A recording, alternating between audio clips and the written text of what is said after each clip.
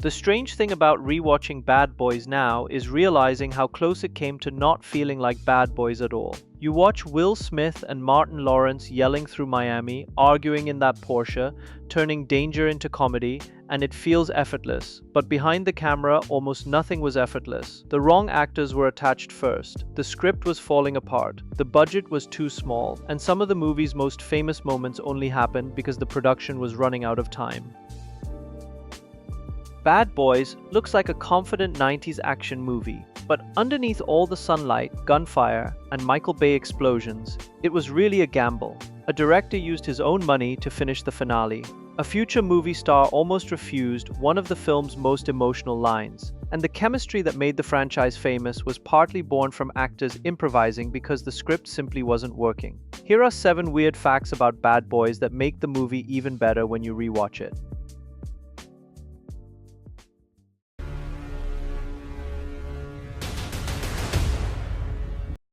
Before Will Smith and Martin Lawrence became Mike and Marcus, Bad Boys had a completely different identity. The original stars were supposed to be Dana Carvey and John Lovitz from Saturday Night Live.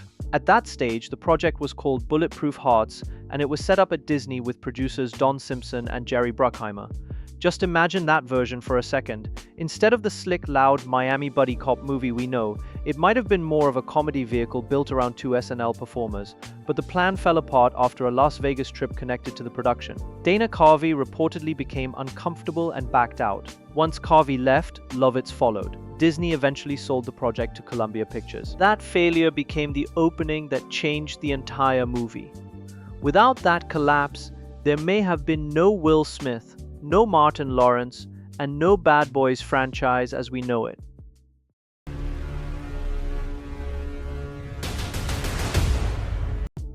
Will Smith was not the first choice for Mike Lowry. Columbia Pictures had Arsenio Hall in mind for the role. At the time, Hall was a major name in television, and he had the charisma to make sense as the cool, stylish detective, but he turned it down years later. Hall admitted that passing on Bad Boys was one of the worst career decisions of his life, and it is easy to see why. The movie became a hit, launched a long-running franchise, and helped push Will Smith from TV star into full movie star territory. Even Martin Lawrence originally imagined a different partner. He wanted Eddie Murphy, but Murphy was too expensive for the film's limited budget. Then Lawrence's sister convinced him to meet Will Smith. That meeting changed everything. Once Smith and Lawrence sat together, the chemistry was obvious. They didn't feel like 2 actors trying to create a friendship. They felt like 2 men who had already been annoying each other for years. That became the real engine of the movie. The explosions gave Bad Boys its volume, but Mike and Marcus gave it a heartbeat.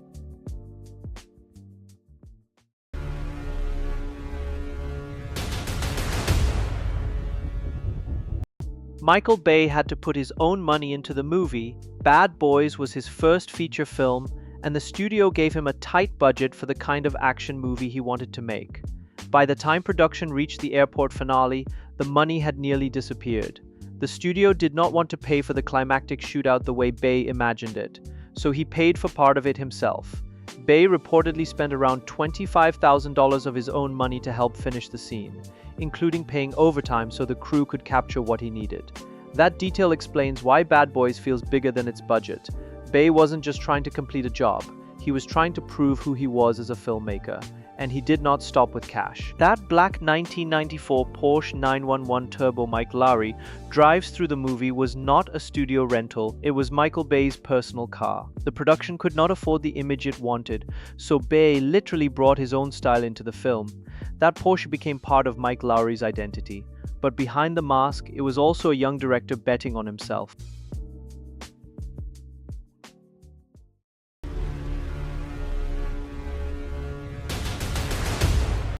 The script was a problem from the beginning. Michael Bay has admitted that he did not like the original screenplay. The dialogue wasn't strong enough, and the production didn't have much money for rewrites. So the movie found another solution. Let Will Smith and Martin Lawrence play. A lot of the film's best comedy came from improvisation. The convenience store scene is one of the clearest examples. When the clerk pulls a gun on Mike and Marcus, the scene turns into a ridiculous power struggle over candy. The tropical fruit Bubblicious and Skittles moment was not born from some perfectly polished page. It came from Smith and Lawrence riffing together. That is why the scene still feels alive. The rhythm is messy. The reactions feel spontaneous, and the comedy sounds like two friends trying to stay cool in a situation that makes no sense. Bad Boys could have been destroyed by a weak script. Instead, the weakness forced the movie to lean on its greatest weapon, chemistry.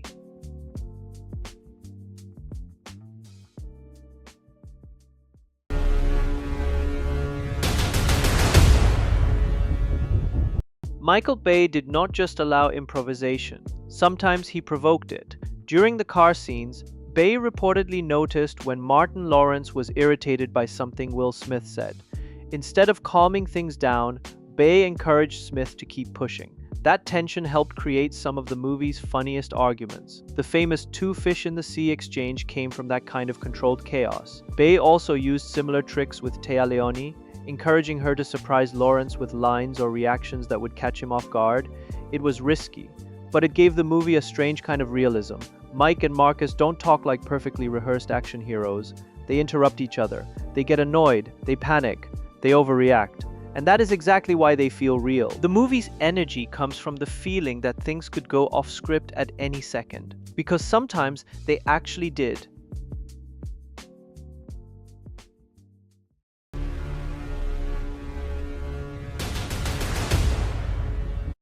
The shoot was not just chaotic, it was dangerous. Téa Leoni, who played Julie Mott, was seriously injured during filming. During one stunt scene, she was accidentally struck under the jaw by a prop AK-47 handled by Martin Lawrence's stunt double. She was slightly off her mark and the impact knocked her unconscious. Leoni briefly lost memory and had to be taken to the hospital. For Michael Bay, a first-time feature director already dealing with a tight budget and a rough production, it was a terrifying moment. It also shows why Bad Boys has that raw 90s action texture. The movie looks slick, but the production was moving fast, using practical stunts, real locations, and limited resources. Behind all the comedy and attitude, there was real pressure, and sometimes that pressure turned dangerous.